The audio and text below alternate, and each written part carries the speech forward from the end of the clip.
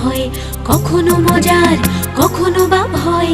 গা ছমছম কি হয় কি হয়, কখনো মজার কখনো বা ভয়। পশু পাখি রাজা রানী ভূত পেতনি চোখের সামনে সব হাঁটবে চলবে, কথা বলবে, ঠাকুমা ঝুলি খুলবে, মজার গল্প বলবে। ঠাকুমা ঝুলি খুলবে, মজার গল্প বলবে, ঠাকুমা ঝুলি খুলবে।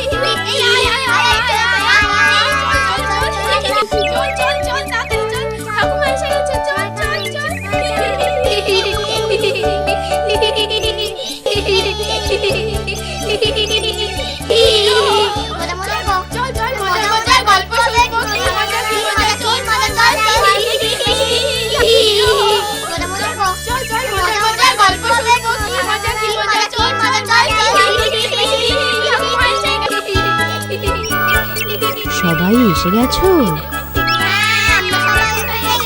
এবার তাহলে চুপ করে বসো, আমি আমার ঝুলি থেকে গল্প বার করি। এক দেশে ছিলেন এক ধার্মিক রাজা। প্রজাদের সুখ দুঃখের খোঁজ রাখতে প্রতি রাতে ছদ্মবেশে তিনি তাঁর রাজ্যে ঘুরে বেড়াতেন। এমনিভাবেই একদিন রাজা তাঁর রাতের অভিযানে বেরিয়ে এক ব্রাহ্মণের বাড়ির পাশ দিয়ে যাবার সময় শুনতে পেলেন, বুঝলে গিন্নি, ওরা 7 জনে মিলে আমাকে খেতে এসেছিল। আমাকে খাবে, এত সোজা। রেগে মেগে মারলাম এক চড়, ব্যাস সবকটা একবারে চিড়ে চ্যাপটা। বুঝলে, একটা চড়ে 7টাকেই মেরেছি। এক চড়ে 7টাই শেষ? ইস, তোমার হাতের চেটো তো রক্তে ভরে আছে। যাও যাও, আগে হাতটা ভালো করে ধুয়ে এসো। রক্ত টক্ত দেখলে আমার আবার গা ঘিন ঘিন করে। সেই ভালো, আমি হাতটা ধুয়ে আসি, আর এই 7টা লাশেরও একটা গতি করে আসি। তুমি ততক্ষণে খাবার বাড়ো। এমন একজন বীরপুরুষ যে আমার রাজ্যে আছে, সে তো এতদিন আমি জানতেই পারিনি। এক চড়ে যে 7 জনকে মারতে পারে, সে তো দেশে লোক নয়। যাক, দেশের কোনো দরকার পড়লে এই বীরপুরুষটিকে কাজে লাগবে। রাত অনেক হলো, এবার প্রাসাদে ফিরি। মহারাজ, আপনি অনুমতি দিলে এই ভিনদেশি পালোয়ান পর্বত সিং তার শক্তি প্রদর্শনের খেলা শুরু করতে পারে। শুরু করো পর্বত সিং, দেখি তোমার শক্তির খেলা। যথাজ্ঞা মহারাজ।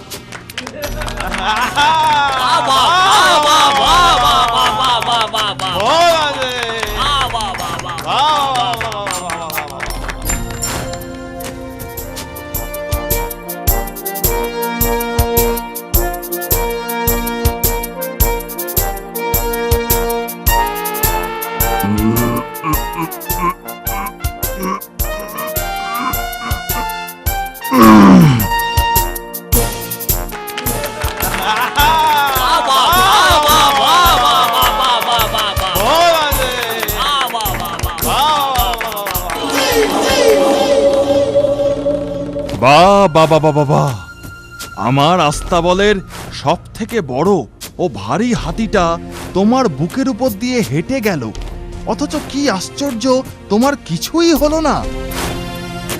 তোমার শক্তি প্রদর্শনে আমি ভারী খুশি হয়েছি। তুমি কি উপহার চাও বলো? বলো পর্বত সিং, বলো, সংকোচ করো না, বলো। মহারাজ, আপনি আমার একটি ইচ্ছা পূরণ করলে আমি মনে করব সেটাই আমার উপহার। বলো কি তোমার সেই ইচ্ছা, বলো। মহারাজ, বহুদিন বহু দেশে ঘুরে আমার সমকক্ষ কাউকে পেলাম না যার সাথে লড়াই করে জিতে একটু আনন্দ পাব। আপনার রাজ্যে এমন বীর পুরুষ কেউ আছে কি যে আমায় সেই আনন্দ দিতে পারে?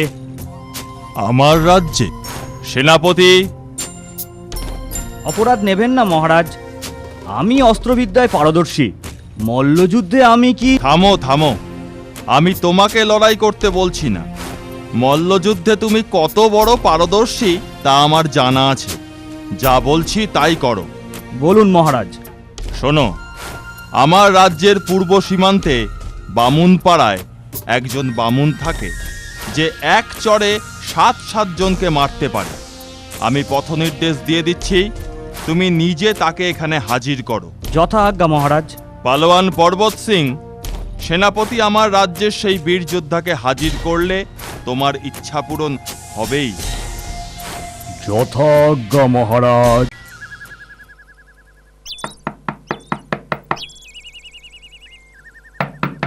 কে? আমি সেনাপতি অভয় সিং। ভিনদেশ থেকে এক মস্ত পালোয়ান এই রাজ্যে এসেছে। তার বুকের ওপর থেকে হাতি হেঁটে গেলেও তার কিচ্ছু হয় না। নাম তার পর্বত সিং। পর্বতের মতোই তার চেহারা। সে তো বুঝলাম, কিন্তু তার সাথে এই বামুন বামনির কি প্রয়োজন? এখন এই বামুন ঠাকুরই পারেন মহারাজের সম্মান রক্ষা করতে। তা কি করতে হবে তাকে? পর্বত সিং এর সাথে মল্লযুদ্ধে অংশগ্রহণ করতে হবে।